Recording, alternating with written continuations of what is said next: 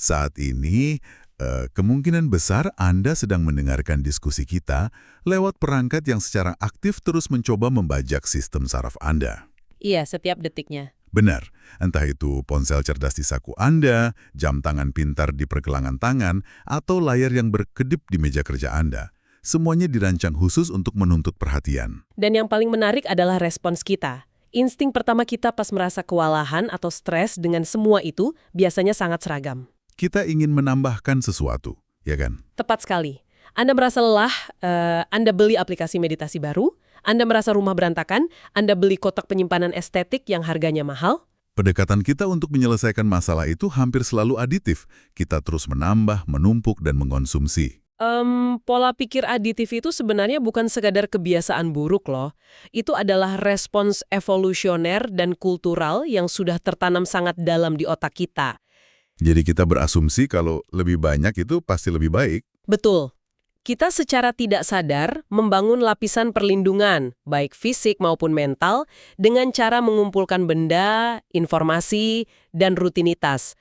Ya, cuma untuk menutupi perasaan bahwa ada sesuatu yang kurang. Nah, tapi eksplorasi mendalam kita hari ini akan membawa Anda melihat sebuah cetak biru yang sangat berbeda. Ini membuktikan bahwa kemewahan tertinggi buat otak modern yang sudah kelelahan ini, itu bukanlah penambahan. Solusi radikalnya justru adalah pengurangan. Ya, kita akan membedah sebuah sumber yang luar biasa menarik hari ini. Sebuah analisis desain dari kanal YouTube Veralis Arsitek tentang sebuah rumah berkonsep Japanese Modern Zen House di kawasan Puncak Bogor. Dan penting untuk dicatat di awal ya, ini bukan sekedar ulasan tentang rumah liburan yang secara visual terlihat estetik buat diunggah ke media sosial ya.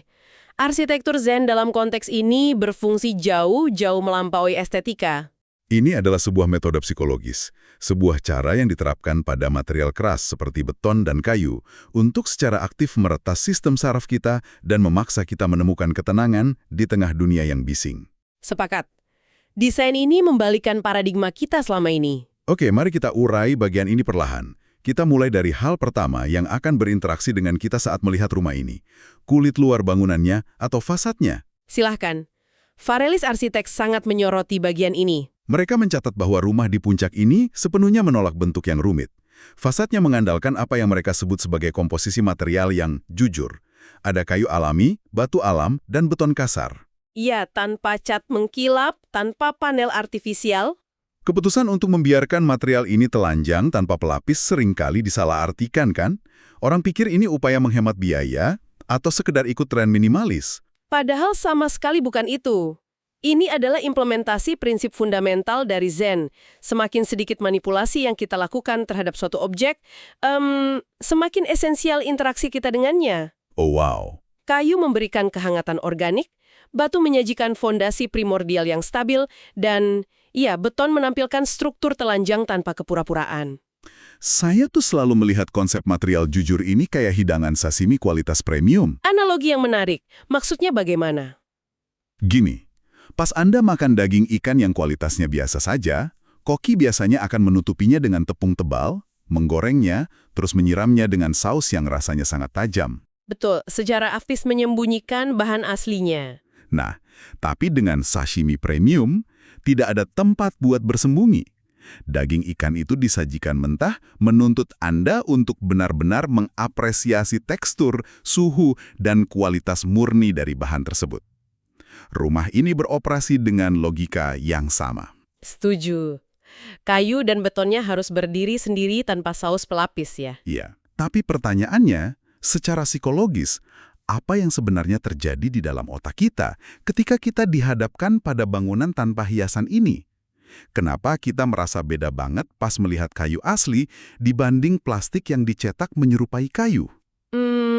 Mari kita lihat dari kacamata psikologi kognitif. Manusia modern yang hidup di lingkungan urban itu terus-menerus kelelahan karena otak kita dipaksa memproses apa yang saya sebut sebagai kebohongan visual setiap detiknya. Kebohongan visual? Ya, bayangkan Anda melihat lantai vinil yang dicetak dengan motif serat kayu, atau ubin keramik yang dicetak menyerupai marmer. Mata Anda menangkap serat kayu yang secara evolusioner mengisyaratkan kehangatan. Tapi pas kaki kita melangkah di atasnya, Nah, sensor taktil Anda mengirimkan data yang berbeda. Ini dingin, ini seragam, ini plastik. Atau ketika cahaya memantul dari permukaannya, kilapnya tidak natural. Tunggu. Jadi otak bawah sadar kita mendeteksi ketidaksesuaian itu dan harus bekerja ekstra buat menyelesaikan konflik datanya. Secara harfiah, ya, otak harus secara konstan merekonsiliasi antara apa yang dilihat mata dan apa realitas fisiknya. Proses ini menciptakan beban kognitif yang sangat halus, tapi terjadi jutaan kali dalam sehari. Wah, pantesan kita sering merasa capek padahal cuma duduk di ruangan ber-AC seharian. Betul sekali. Nah, ketika Anda berdiri di depan rumah dengan material yang 100% jujur, kayu yang benar-benar kayu, dan beton yang tidak berpura-pura menjadi hal lain, otak Anda seketika berhenti memproses kebohongan visual itu. Beban kognitifnya diangkat. Persis. Ketulusan material ini menciptakan harmoni yang langsung dikenali oleh sistem saraf kita sebagai lingkungan yang aman, dapat diprediksi, dan tidak mengancam. Itu benar-benar menjelaskan kenapa kita bisa merasa sangat lelah di ruangan yang penuh barang mahal tapi artifisial, tapi merasa sangat rileks pas masuk ke kabin kayu sederhana. Dan itu baru eksteriornya. Nah iya, jika eksteriornya saja sudah memotong beban kognitif kita, apa yang terjadi pas kita secara fisik melewati batas properti ini? Ini membawa kita pada elemen desain berikutnya dari ulasan Varelis. Taman dan area pintu masuk yang dirancang sebagai jeda psikologis. Pemisahan kaku antara alam dan struktur buatan manusia itu konsep yang agak asing dalam filosofi Zen. Keduanya harus saling berpenetrasi. Varelis arsitek menekankan bahwa taman di sini bukan berfungsi sebagai sekedar pajangan. Elemennya sangat sederhana kan? Cuma ada susunan batu, gemercik air kecil, dan beberapa tanaman spesifik. Nggak ada bunga warna-warni yang ramai. Ya, dan area pintu masuknya dikonfigurasi secara khusus sebagai ruang transisi. Waktu saya mempelajari bagian sumber ini, saya langsung teringat pada mekanisme airlock di pesawat luar angkasa. Airlock, coba jelaskan. Astronot kan tidak bisa langsung membuka pintu dari ruang hampa udara dan langsung masuk ke dalam kabin. Mereka harus masuk ke ruang airlock dulu, menunggu tekanannya dinetralkan, baru mereka bisa melangkah ke dalam. Hah, saya paham. Ruang transisi di rumah Zen ini berfungsi persis kayak gitu. Sebuah zona dekompresi mental di mana kita diharapkan merontokkan, katakanlah radiasi stres dari dunia luar sebelum masuk ke inti rumah. Analogi yang sangat pas. Mekanisme airlock bekerja karena ia menetralkan tekanan ekstrim. Nah, di rumah ini, yang dinetralkan bukan tekanan udara. Melainkan tekanan sensorik dan emosional kita. Betul sekali. Tapi, mari kita bersikap realistis sejenak. Saya agak skeptis di bagian ini. Silakan, kenapa? Katakanlah Anda baru saja habis-habisan terjebak macet 2 jam di Jakarta. Bos Anda baru saja kirim email komplain, terus tenggat waktu kerjaan Anda sisa hitungan jam. Situasi krisis modern sehari-hari ya? Ya, rutinitas lah. Apakah melihat beberapa bongkah batu dan dengerin suara air menetes benar-benar punya kekuatan emosional buat meredakan stres seberat itu?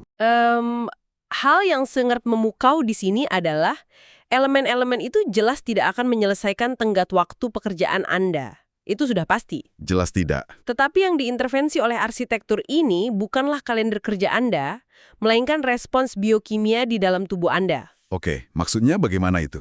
Alasan mengapa elemen tamannya cuma batu dan air dan bukan taman mawar yang rumit adalah untuk menghentikan bombardir stimulus secara drastis. Bayangkan Anda pulang stres selalu melihat taman penuh patung atau ratusan jenis tanaman yang daunnya harus dipangkas. Otak saya pasti akan memproses itu sebagai daftar tugas tambahan. Tepat. Itu adalah notifikasi visual baru buat otak. Otak tidak membedakan antara kelelahan visual dan ancaman fisik. Wah, dua-duanya memicu produksi kortisol, hormon stres. Benar. Sebaliknya, batu yang diam permanen dan aliran air dengan ritme konstan itu memberikan jangkar sensorik yang absolut.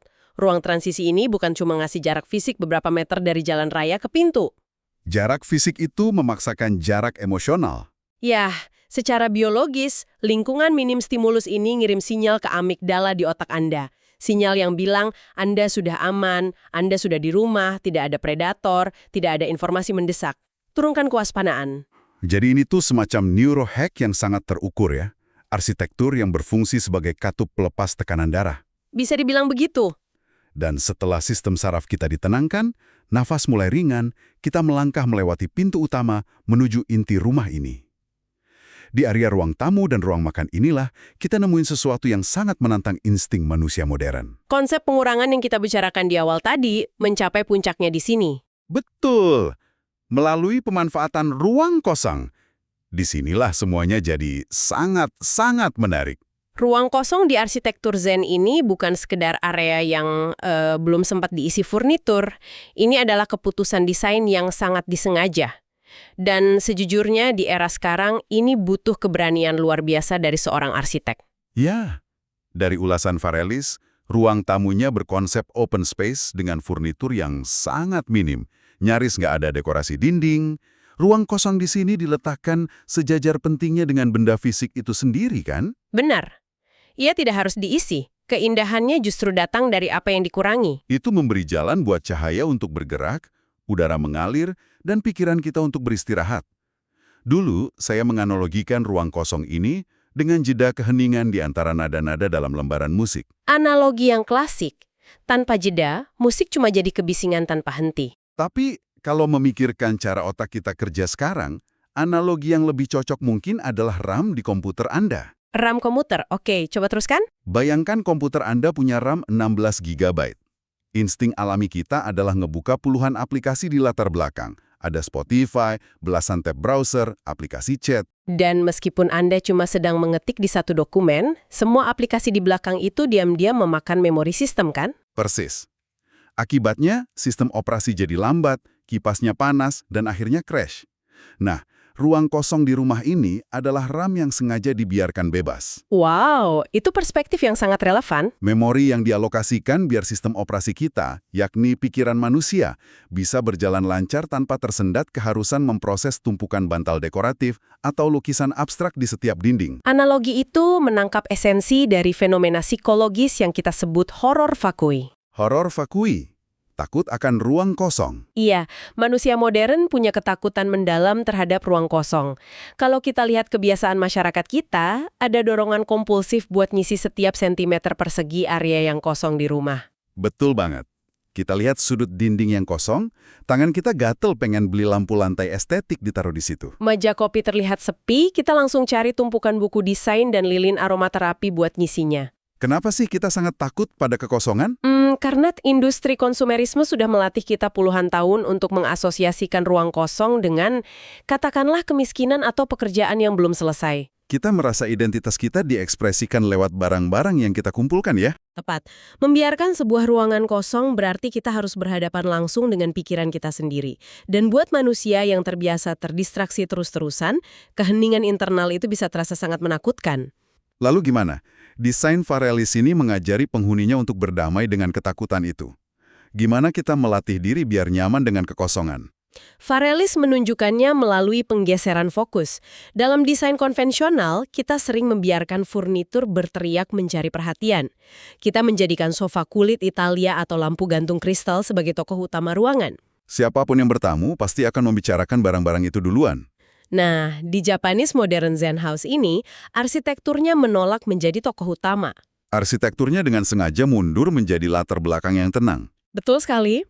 Saat sebuah ruangan dilucuti dari gangguan visual, saat dinding tidak berteriak meminta untuk dilihat, maka fokus secara alami bergeser kepada entitas hidup di dalam ruangan tersebut. Interaksi manusia. Iya. Tokoh utama dari area makan yang berkayu solid dengan pencahayaan lembut, itu bukanlah meja makannya. Tokoh utamanya adalah percakapan keluarga yang terjadi di atasnya. Kekosongan fisik itulah yang menciptakan ruang emosional untuk kebersamaan. Mengorbankan ego arsitektur demi menghidupkan interaksi manusia. Itu sudut pandang yang sangat menggugah. Ini sangat dalam maknanya. Dan dari panggung interaksi sosial komunal ini, alur pergerakan rumah akhirnya mengarahkan kita untuk menyusut masuk ke area yang paling privat dan soliter di seluruh bangunan. Kamar tidur. Tempat di mana filosofi ini melakukan tugas utamanya. Di ulasan sumber kita, kamar tidur dirancang murni untuk satu tujuan tunggal, beristirahat. Palet warnanya sangat lembut, materialnya alami, tanpa distraksi visual atau elemen berlebihan. Pemulihan total seluler dan mental terjadi di sini. Jadi, apa arti dari semua ini untuk Anda? Ini membawa kita ke benturan langsung dengan definisi modern tentang kesuksesan dan kemewahan. Varelis Arsitek punya tagline, merancang kemewahan, mendefinisikan ruang. Jika kita menghubungkan ini dengan gambaran yang lebih besar, tagline itu memaksa kita mengevaluasi ulang metrik yang kita pakai buat mengukur kualitas hidup. Di luar sana, kita sering dicekoki ide kalau kemewahan adalah seberapa eksklusif barang Anda. Televisi layar data raksasa di seberang ranjang, lemari pakaian berjejer menutupi dinding, atau koleksi tas bermerek di rak kaca. Paradigma akumulasi lagi. Iya, tapi rumah di puncak ini membongkar definisi itu. Kemewahan sejati bukanlah tentang seberapa banyak objek mahal yang bisa Anda tumpuk di hadapan Anda. Lalu apa kemewahan menurut filosofi ini? Kemewahan yang sesungguhnya adalah kemampuan sebuah ruang untuk membuat Anda bisa menjadi diri sendiri dan merasa tenang. Kebebasan dari tuntutan untuk melihat, memproses, atau merawat objek apapun. Kemampuan untuk cuma duduk, bernapas, dan merasa cukup. Wow, jadi arsitektur di titik ini telah bertransformasi dari sekedar susunan beton dan kayu menjadi perangkat psikologis aktif untuk melepaskan lelah fisik dan mental? Eksplorasi kita mengenai desain dari Varelis Arsitek ini membuktikan satu kesimpulan penting. Ketenangan batin yang sangat susah kita cari di dunia modern ini sama sekali tidak bisa dibeli dengan kemegahan visual. Ia diciptakan melalui kejujuran material, kesadaran akan transisi, dan keberanian untuk membiarkan ruang tetap kosong. Dan pelajaran terbesarnya untuk Anda yang mendengarkan, Anda tidak perlu membangun villa zen di puncak untuk mempraktikkan filosofi ini. Setuju. Mengkurasi ruang fisik di sekeliling Anda itu sangat aplikatif di mana saja. Entah itu cuma satu meja kerja di sudut kamar kos Anda, atau area dashboard di dalam mobil Anda. Mengurasi ruang fisik ini sama pentingnya dengan mengurasi informasi digital yang Anda konsumsi tiap hari. Menyingkirkan kekacauan visual di atas meja itu punya dampak biologis yang sama nyatanya dengan menghapus aplikasi ponsel yang bikin stres. Keduanya membebaskan kapasitas RAM di otak Anda. Keduanya butuh filter ketat soal apa yang diizinkan masuk ke hidup Anda.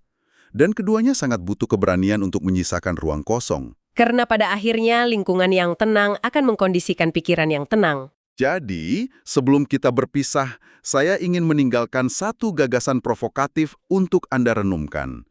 Lain kali Anda merasa ruang di sekitar Anda, atau bahkan isi kepala Anda, terasa sumpak, bising, dan membuat stres. Tolong tahan insting otomatis Anda. Betul, jangan bertanya, apa yang harus saya beli atau tambahkan untuk memperbaikinya? Sebaliknya, tanyakan pada diri Anda. Apa yang bisa saya kurangi atau singkirkan hari ini untuk memberi ruang bagi pikiran saya bernafas? Sebuah pertanyaan yang sangat bertenaga. Teruslah merawat rasa ingin tahu Anda tentang dunia di sekitar Anda.